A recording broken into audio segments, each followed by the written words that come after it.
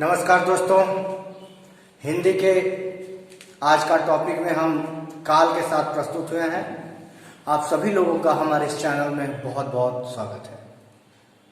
हिंदी का जो टॉपिक है वो है काल। काल को आज हम लोग जानेंगे। काल को अंग्रेजी में हम टेंस भी कहते हैं, जैसा कि आप लोग अंग्रेजी में पढ़े होंगे। काल समय का एक पर्यायवाची वाला रूप है, यानी काल और समय दोनों समानार्थी शब्द हैं। काल का अर्थ होता है समय।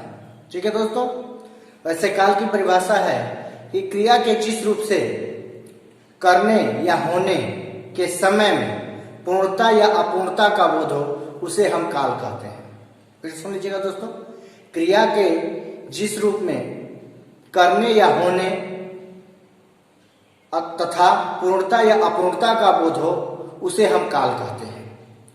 काल मुख्यतः 3 प्रकार के होते हैं, जैसा कि आप देख पा रहे होंगे, भूतकाल, वर्तमान काल और भविष्यत काल। ये काल के 3 अपने भेद हैं। तो आज हम लोग इस काल के भेदों के बारे में जानेंगे और इनके कितने उपभेद हैं उसके बारे में जानेंगे। सबसे पहले हम लोग जानेंगे काल के पहले भेद के बारे में, जिसका नाम है भूतकाल। भूतकाल के 6 उपभेद हैं। आइए जानते हैं भूतकाल और उसके 6 उपभेदों के बारे में। भूतकाल, भूतकाल कहते हैं उसे क्रिया के जिस रूप से किसी कार्य के बीते हुए समय में होने का बोध हो उसे हम भूतकाल कहते हैं। यानी जो क्रिया हो चुकी हो और हमें ज्ञात हो कि यह जो है कि कार्य हो चुका है उसे हम भूतकाल कहते हैं। भूतकाल के 6 भेद होते हैं, जैसा कि आप देख पा रहे होंगे, सामान्य भूत, आसन्न भूत, अपूर्ण भूत, पूर्ण भूत, संदिग्ध भूत और हेतु मद भूत। ये इनके 6 उपभेद हैं भूतकाल के। भूतकाल में जो पहला है उसे हम सामान्य भूत कहते हैं। सामान्य भूत में क्रिया का वह रूप जिससे कार्य तो बीते हुए समय में हुआ है परंतु उसकी समाप्ति का निश्चित समय का ज्ञान न हो उसे हम सामान्य भूत कहते हैं। यानी कहीं न कहीं क्रिया भूतकाल में भी है लेकिन उसके समय की निश्चितता का बोध नहीं होता है, उसे हम सामान्य भूतकाल कहते हैं। जैसे श्याम गया, गीता आई, यानी इन उदाहरणों को देख के हमें यह प्रतीत हो रहा है कि क्रिया कहीं न कहीं भूतकाल में हुई है लेकिन ये कब हुई है इसकी निश्चितता का बोध नहीं है, इसलिए इसे हम सामान्य भूतकाल कहते हैं। ठीक है दोस्तों, इसके बाद आसन्न भूतकाल। क्रिया का वह रूप जिसमें क्रिया का व्यापार, यानी जो क्रिया हो रही है उसका व्यापार निकट यानी समीप ही समझा जाए, क्रिया के उस रूप को हम आसन्न भूत की श्रेणी में रखते हैं। यानी क्रिया कहीं न कहीं यह हमें अनुभव कराए कि क्रिया कहीं न कहीं आसपास के समय में हुई है भूतकाल में, तो उसको हम आसन्न भूतकाल की श्रेणी में रखते हैं। जैसे मोहन आगरा से लौटा है, मैंने भोजन कर लिया। यानी इन उदाहरणों से हमें ये लगता है कि क्रिया अभी हाल में ही समाप्त हुई, यानी इसके क्रिया का जो व्यापार का समय है वो निकट ही है, इसलिए इसे हम आसन्न भूतकाल की श्रेणी में रखते हैं। ठीक है दोस्तों, इसके बाद अब हम बात करेंगे अपूर्ण भूतकाल की। इसके नाम से स्पष्ट है, अपूर्ण यानी न पूरा हुआ हो, यानी क्रिया का वह रूप जिसमें क्रिया की पूर्णता का बोध न हो, यानी क्रिया जो है कि कब समाप्त हो रही है इसका बोध न हो। ये हमें पता है कि क्रिया शुरू हुई थी लेकिन उसकी समाप्ति का बोध न हो, ऐसी क्रियाओं को हम अपूर्ण भूतकाल की श्रेणी में रखते हैं। जैसे सितार बज रहा था, सितार बज रहा था। अब सितार बज रहा था, वो रुका कि नहीं रुका इसका हमें ज्ञान नहीं है। ये तो ऐसी स्थिति में ऐसे जो वाक्य होंगे वो अपूर्ण भूतकाल के अंतर्गत आएंगे दोस्तों। ठीक है दोस्तों, इसके बाद मीरा नाच रही थी, मीरा नाच रही थी, मीरा नाच रही थी लेकिन उसने अपना नाच खत्म किया या नहीं किया इसका हमें पूर्ण बोध नहीं है, इस कारण ये हमारी अपूर्ण भूतकाल की श्रेणी में ऐसे वाक्य आएंगे। यानी अंग्रेजी में जो कंटिन्यूअस टेंस आप पढ़ते हैं लगभग वैसा ही आपका अपूर्ण भूतकाल के अंतर्गत आते हैं वाक्य। फिर हम आपको आगे ले चलते हैं, बताते हैं पूर्ण भूतकाल। पूर्ण भूतकाल में क्रिया की हमें समाप्ति का बोध होता है, यानी हमें वो वाक्य मिलते हैं जिसमें क्रिया समाप्त हो चुकी होती है। पूर्ण भूतकाल किसे कहते हैं? क्रिया के जिस रूप से हमें क्रिया के समाप्ति का बोध हो उसे हम पूर्ण भूतकाल कहते हैं। जैसे मैं खाना खा चुका हूं, यहाँ पे क्रिया पूरी हो चुकी है, इसकी हमें पूरी जो है कि स्पष्टता मिल रही है, इस कार्य से हम पूर्ण भूतकाल की श्रेणी में रखेंगे। ठीक है, उसने अपना कार्य कर लिया है, यानी ये निश्चित है कि उसने अपना जो कार्य था उसको पूरा कर लिया है। तो जहां पर भी क्रिया का वह रूप आए, यानी जो वाक्य यह दर्शाते हो कि क्रिया पूर्णतया जो है कि समाप्त हो चुका है भूतकाल में, उसको हम पूर्ण भूतकाल की श्रेणी में रखेंगे दोस्तों। उसके बाद संदिग्ध भूत। देखिए संदिग्ध भूतकाल क्या होता है?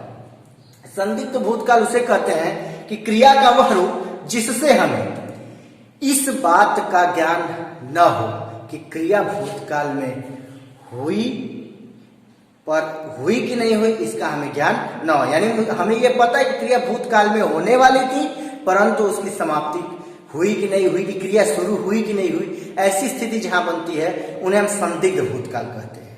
जैसे श्याम ने गाया होगा, हमें पता था कि श्याम गाने वाला था, लेकिन वो गाया होगा कि नहीं होगा, यानी जो क्रिया भूतकाल में किया होगा कि नहीं होगा, इस पे संदिग्ध है, यानी संदेह की स्थिति बनी हुई। तो ऐसे जो है वाक्य, ऐसे क्रिया के वे सब, उन्हें हम क्या कहेंगे? संदिग्ध भूतकाल कहेंगे। यानी जो कार्य भूतकाल में होने वाला था उस पे जहां संदेह हो उसे हम संदिग्ध भूतकाल की श्रेणी में रखते हैं।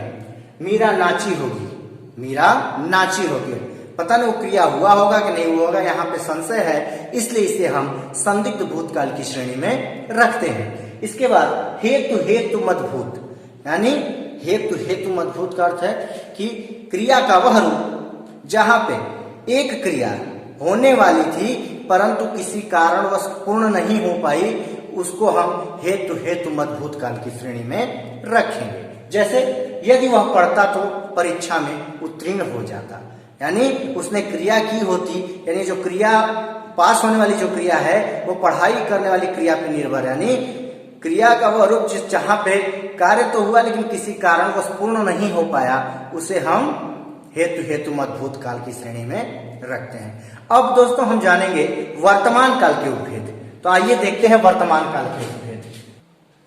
अब बात करेंगे हम वर्तमान काल की। वर्तमान काल यानी जो अभी चल रहा है, जैसे मैं आपको पढ़ा रहा हूं, ये वर्तमान काल की क्रिया है, यानी मैं कंटिन्यू आपके साथ जुड़ा हुआ हूं।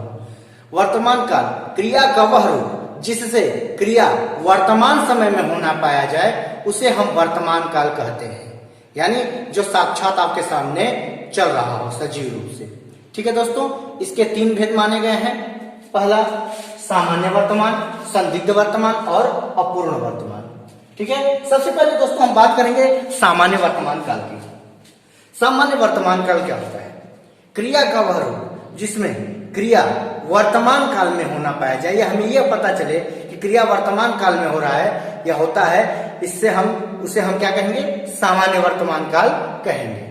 जैसे लड़का पढ़ता है, यह लड़का पढ़ता है, इसका एक उदाहरण है। ठीक है, इसके बाद संदिग्ध वर्तमान काल, जैसे कि आपने भूतकाल में भी संदिग्ध भूतकाल पढ़ा था, वैसे वर्तमान काल में भी संदिग्ध वर्तमान काल होता है, यानी क्रिया का वह रूप जिसमें क्रिया के वर्तमान में होने पर संदेह हो, उसे हम संदिग्ध वर्तमान काल कहते हैं। जैसे राम पढ़ता होगा, यानी कहीं ना कहीं संदेह की स्थिति, पढ़ता होगा कि नहीं पढ़ता होगा, तो ऐसी स्थिति जब होगी तब वहां पे हम क्या कहेंगे?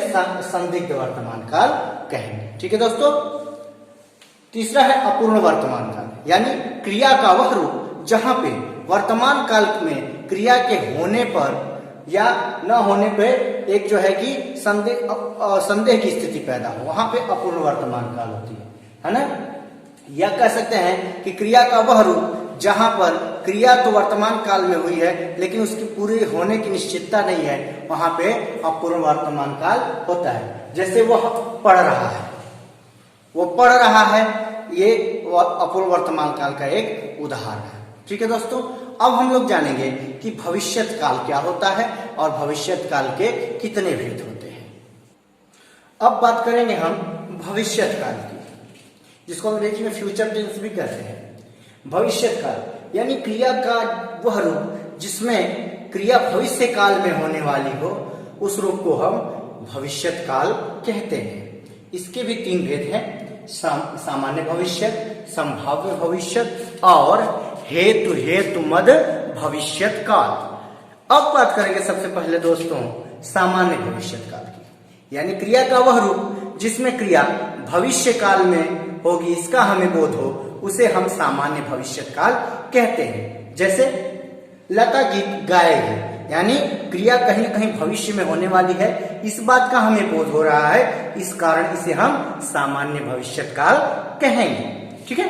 उसके बाद संभाव्य भविष्यत काल, यानी क्रिया का वह रूप जिसमें क्रिया के होने की संभावना है, उस स्थिति में हम संभाव्य भविष्यत काल कहेंगे। ठीक है दोस्तों, यानी क्रिया का वह रूप जिसमें भविष्य में क्रिया के होने पर संभावना हो, उसे हम संभाव्य भविष्यत काल कहते हैं। जैसे संभव हो कि वह कल आएगा। ठीक है। अब बात करेंगे दोस्तों हेतु मद भविष्यत काल की। हेतु मद भविष्यत काल का सबसे साधारण परिभाषा है कि क्रिया का वह रूप जहां पर क्रिया भविष्य काल में होने वाली है, परंतु एक क्रिया दूसरी क्रिया पर निर्भर है। ध्यान दीजिएगा, क्रिया का वह रूप जहां क्रिया भविष्य काल में होने वाली है, परंतु एक क्रिया दूसरी क्रिया पर निर्भर हो, ऐसी स्थिति में हेतु मद भविष्यत काल होता है। जैसे राम गाए तो मैं बजाऊं, यानी पहले एक क्रिया हो, उसके बाद फिर दूसरी क्रिया उस पर निर्भर है। यानी अगर राम गाएगा तभी मैं बजाऊंगा, नहीं, एक क्रिया का होना दूसरी क्रिया पर निर्भर है। ऐसी स्थिति में हेतु मद भविष्यत काल होता है। तो ये तो दोस्तों आपका क्रिया काल के बारे में था। काल के तीनों भेद मैंने आपको बताया बहुत ही सरल भाषा और साधारण भाषा में। ठीक है दोस्तों, इस वीडियो को 2 से 3 बार देखिए। कोई कलम नहीं उठानी है, कोई कॉपी नहीं उठानी है, सारा कुछ आपके पास चला जाएगा। लेकिन वीडियो को अच्छे से देखिए, वीडियो को सब्सक्राइब कीजिए, शेयर कीजिए, लाइक कीजिए, ताकि मैं और सारा अच्छा वीडियो आपके पास जल्दी से जल्दी लेके आता रहूं। ठीक है दोस्तों, तो ये जो वीडियो मैं बनाया हूं काल का, ये आपको 100% है। ठीक है, इसको 2 से 3 बार देख लीजिए, किसी भी परीक्षा में आपका काल से संबंधित कोई प्रश्न फंसने वाला नहीं है। ठीक है, तो जय हिंद दोस्तों, प्रणाम।